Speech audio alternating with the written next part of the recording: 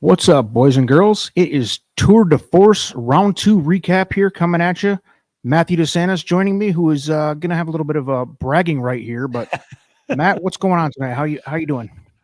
Doing well. 2 weeks into the Tour de Force, and we got a big weekend coming up here with three races for this week. So a little bit of if people started off slow, hey, you can make up a ton of ground this weekend. If people started out hot, don't get too cocky because you could get humbled pretty quick in this game. So a lot of opportunities to get right back in it this weekend. Absolutely. Let's just jump right in. We're gonna cover the top 12, which is the money payouts for the tournament. Obviously, we're only 2 rounds in, but we have 25 rounds total here. But after two, in 12th spot, we have Tampa Bay Val 19, who scored a 387 piece in the second round there to get himself up into 12th. 11th, Mets Betts, who's been consistently scoring twice here, puts himself right behind our own Failed to Menace, hailing in the top 10, Matt. Yeah. We'll go through in a little more detail on what these guys actually bet, what these ladies and gentlemen actually bet here. But nice hit by Matthew. You guys, there was a few of you that had that same bet. You can see that 387.10 score, which was the exacta $50 exacta, if I'm not wrong. Yep. So well played. I played a little more conservative, hoping to beat Arabian Night, which didn't happen. I did have a key box, so it paid out, but I only had like a $12 exacta or whatever versus your guys that went a lot harder, which was the right move here. Moving along in ninth place, Tiro Lungo, who also was a piece of that 387.10 hit, 527 total. The Formula, another piece of our four-man wrecking crew. We got two guys in the top 10. I guess we're representing pretty good so far early on in the tour. Yep. He unfortunately did not have a hit here, but his first week score carried him through here. Seventh position, Races On guy, another one with the 387.10. So you saw that strategy. That's a strategy that's working out well. And you said it last week on this show. You got to be aggressive and make a play. I mean, especially if you really believe in the chalky horse on top like Arabian Night was. Yeah, you do. And you have to be, I think that was one of the things last week. I was probably hedging way too much. Even though I had Instant Coffee as the winner, I was just hedging. I was like, well, let's play around. And this week I just said, listen, I know Arabian Night's going to win this race. I don't want to just do a straight win bet because I knew he was going to get bet down. And I just said, how can we make some money off this? How about we do an exacta, but not try to include the whole field, because then you just water down and you end up only being able to do, like you said, like a $12 bet, something like that. And so be a little bit skinnier with who you think is going to be second and really hammer it. Yeah, and I really missed out on that because I wasn't so sure Arabian Night was a lock to win, and I really was going to try to beat him after seeing that race. I knew on paper he was going to win. Sure. And I'm looking at it and going, man, the only way to make money, of course, is to, try to beat the favorite. But in this case, we see a couple guys who managed to make some big chunks here anyway, in spite of the chalky finish, because the second place horse was not chalky. So anyway, moving along, seventh, we had Races On guy. We just covered. Sixth place, 2-year-old Edge, scores 585 here. And we will cover that in a minute. As you see, a couple guys had that same bet here. I believe that's $100. Is that right? No. That could be right. I forget what that one might have been, but yeah. We'll get to that in 1 second. Fifth position, a veteran in the Tour de Force. He's been in, I think, at least 3 or 4 of them. If he may have been in all of them so far. Armchair Handicapping. Yeah, this is the $100 straight. There you go. There's right here. 753.60. He had that $100 straight. Nice hit there. Into the top 5. So nice work. Even though you see early on, Matthew, I know this is your first time in the tournament. A lot of air balls. The first, if you're looking at just the Lecomte there, 2 or 3 or 4 of these guys in the top 10 had an air ball in the Lecomte and then scored big here. Or in the case of the Formula, he had an air ball in the second leg. Really, you only have to score 2 or 3 big events out of the 25. I mean, if you're talking, one of these big hits like you see in green, the green actually represents on this graphic the highest total for the week. So we'll move up. Speaking of the highest total of the week 1 winner was Racing to Boca Toga, follows it up with another nice hit at 585. Total of 1425. Those top four have a little bit of separation there. For sure. Yeah, second position. Try 2 weeks in a row. These top three guys have hit nice ones both weeks.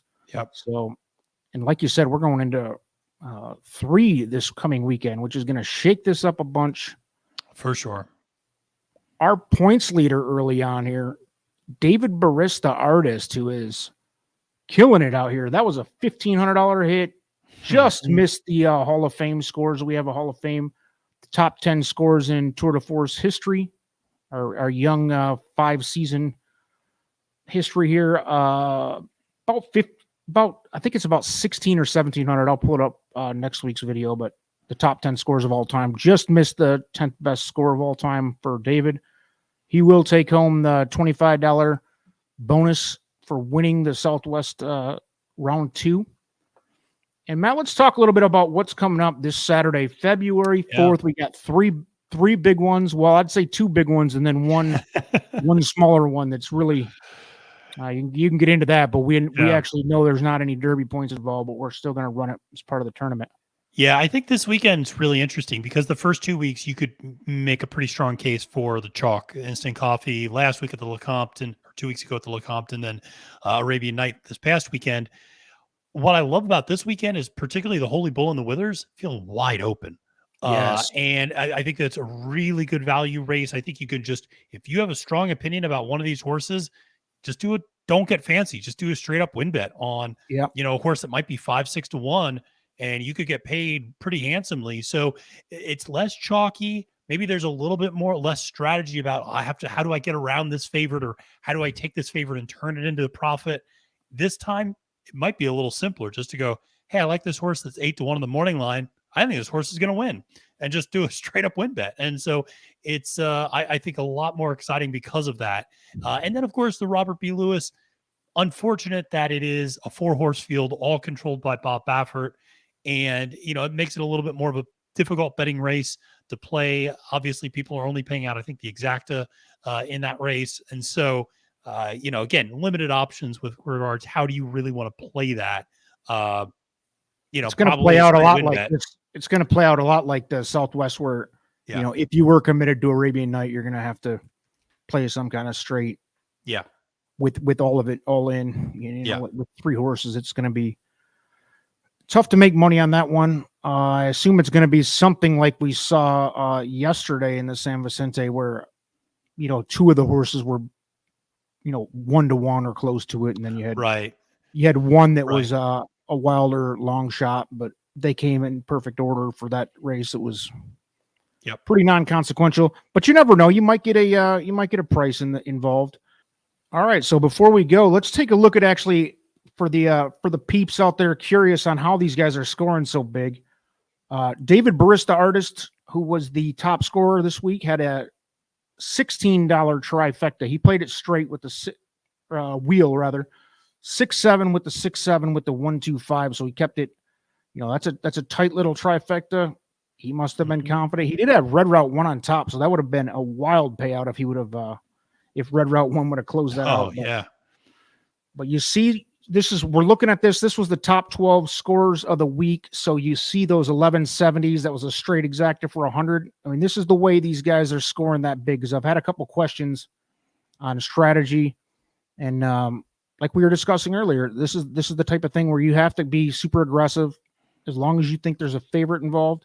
I mean, if there's a wide open race coming, like I think the Aqueduct race might be this coming weekend, the Withers, you might get away with a 3 or 4 horse, try box or something like that. And if the right one gets on top, it might pay you back. But Armchair Handicapping scored that $8 trifecta. He also had a straight. He keyed the 6 on top of 4 horses. So I mean, you're seeing some different strategies, but the real payoffs here were the exacta straights, which is what you had, Matt, and you had a box rather, but exacta straights and exacta boxes. But only 2 horses. You don't want to spread too thin in order to score these big ones. I spread too thin personally. Cost me. I only scored back like $130 or whatever it ended up being. So Yeah, and this was one where it's funny if you see my line. I did a straight exacta with the 6 up top and then the 2, 7, 8 underneath. The thing is, and this is what happens when you sometimes put in your bets too early. I put in my bet Friday night, then I got busy on Saturday. I forgot that the 8 ended up scratching from the race, and so So you could, yeah, you would. so it's one of those things where now here's the thing: if I had waited until the day of, I probably would have I probably wouldn't have changed the nature of my bet. I probably would have kept it kind of played three horses underneath, just would have played three different horses. I wouldn't have just gone to a 6 over 2, 7. But it's one of those things. That's why it's important to, wait until scratches are out and be smart about this stuff, because it really could end up having a big impact on your bet. Absolutely. And yeah, all the way down, you see try box at the bottom. Conley had a $4 try box, which still scored him 374.80. Yep. So, I mean, you can box 3 and 4 horses like that, especially if it's a deep race like I think the Withers is going to be. You can score wildly on those, but when you have that's my only piece of advice. When you have a heavy favorite like Arabian Night, you got to commit one way or another. You really do. You really do. And I think, ultimately what made this race was Red Route 1, who is a horse that, if you watch my Oaklawn Stakes preview, I absolutely loved underneath anyway. And I was shocked that horse went up in value from 10 to 1 on the morning line to 15 to 1 by post time. That's the horse that made the race. And, if any of these other horses would have, hit, if a horse like Jace's Road maybe runs better, Corona Bolt runs a little bit better, those exactas aren't going to really pay that much, but you get a 15 to 1 underneath a even money favorite. That's going to make you some money. Yeah, that was the right price, and it paid off for those of you who went hard after it. So good job. Good luck this weekend, everybody. You got 3 big rounds. Have fun. Keep it safe. Peace out. Thanks for joining, everybody. We'll see you next week.